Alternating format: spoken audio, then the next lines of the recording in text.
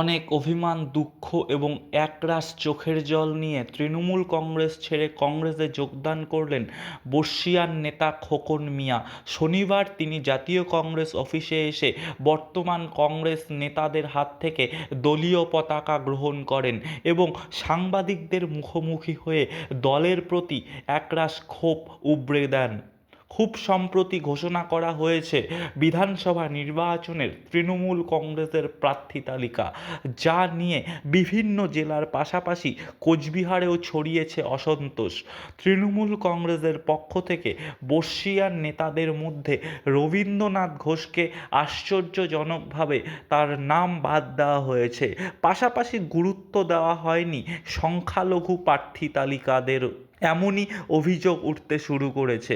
এই অবস্থার মধ্যে দাঁড়িয়ে টালমাটাল হয়েছে জেলার রাজনৈতিক পরিস্থিতি। এছাড়াও আগামী দিনে কোচবিহার জেলায় মুসলিম ভোট নিয়ে চিন্তায় পড়তে হবে তৃণমূল নেতৃত্বকে। সবাইকে প্রথমে নমস্কার, ঈদের শুভেচ্ছা, প্রাণ ভরা ভালোবাসা। দল মত জাতি ধর্ম নির্বিশেষে পবিত্র ঈদ আমরা সকলেই ভারতবাসী, সারা বিশ্বে শান্তি বিরাজ করুক। আজকে এই পবিত্র দিনে বলতে দুঃখ লাগে, 1998 সাল থেকে আজকের দিনেও 1 ঘন্টা 1 মুহূর্ত আমি তৃণমূল কংগ্রেসের কুচবিহার জেলা কিষাণ ক্ষেত মজদুর জেলার সভাপতি, কুচবিহার 1 নং পঞ্চায়েত সমিতির সদস্য 2013 সাল থেকে আজকের দিন পর্যন্ত। আমি 1998 সাল থেকে 2007 সাল পর্যন্ত তৃণমূল যুব কংগ্রেসের সভাপতি ছিলাম।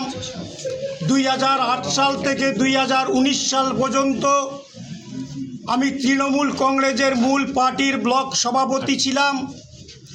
আজকে সেই দিদি আর আজকের দিনের দিদি আমি পার্থক্য দেখছি। 2026-এর বিধানসভা নির্বাচন দোরগোড়ায় পশ্চিমবাংলার। আমরা যা দেখছি, খেলার মাঠ থেকে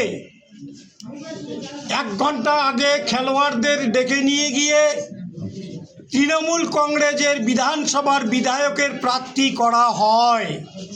যারা এতদিন থেকে তৃণমূল কংগ্রেস দল করেছে, পোস্টার লাগিয়েছে, ছেঁড়া জুতা পরে হাট বাজারে মিছিল করেছে, অঞ্চলের নেতৃত্ব, ব্লকের নেতৃত্ব, বিধানসভার নেতৃত্ব, তাদের কপালে কি জুটল না তৃণমূল কংগ্রেসের টিকিটটা বিধানসভার কোনো এক খেলোয়াড়কে নিয়ে এসে কুচবিহার জেলায় তৃণমূল কংগ্রেস প্রার্থী করেছে। কুচবিহার জেলার প্রবীণ যারা তৃণমূল কংগ্রেস প্রতিষ্ঠাতা ছিল,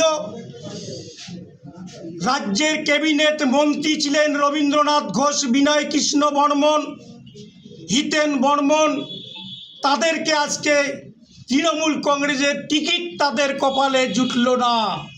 এ দলটা কোথায় যাচ্ছে? কারো কাছে কি বিক্রি হয়ে যাচ্ছে? কোনো কর্পোরেট হাউস তারা কি কন্ট্রাক্ট দিয়েছে পশ্চিমবাংলার তৃণমূল কংগ্রেসকে পরিচালনা করবার জন্য? বিভিন্ন দুঃখ দুর্দশা নিয়ে আমি জাতীয় কংগ্রেস করতাম একটা সময়। আমি জাতীয় কংগ্রেসে আজকের থেকে যোগদান করলাম। কুচবিহার জেলা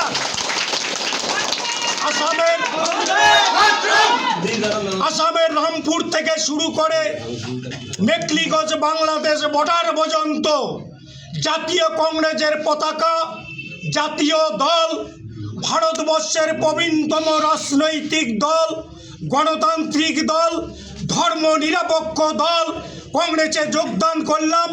2026-এর বিধানসভা নির্বাচনে কুচবিহার জেলার থেকে উত্তরবঙ্গে আমরা জাতীয় কংগ্রেসের পক্ষ থেকে আজকের থেকে আমি ময়দানে নামলাম। আমরা জাতীয় কংগ্রেসের পক্ষ থেকে এক প্রান্ত থেকে আর এক প্রান্ত জাতীয় কংগ্রেসের প্রার্থীরা আমরা প্রত্যেকটা মানুষের কাছে দল মত জাতি ধর্ম নির্বিশেষে প্রত্যেকটা মানুষকে হাত চিহ্নে ভোট দেওয়ার জন্য একটা গণতান্ত্রিক সরকার পশ্চিমবঙ্গে প্রতিষ্ঠিত হোক, যেখানে সাম্প্রদায়িকতা থাকবে না, যেখানে বিচ্ছিন্নতাবাদের কথা থাকবে না, শুধু থাকবে গণতন্ত্রের কথা। গণতন্ত্র প্রতিষ্ঠিত হোক পশ্চিমবাংলায়। পরবর্তীকালে আমি আপনাদের কাছে বিস্তারে কথা বলব।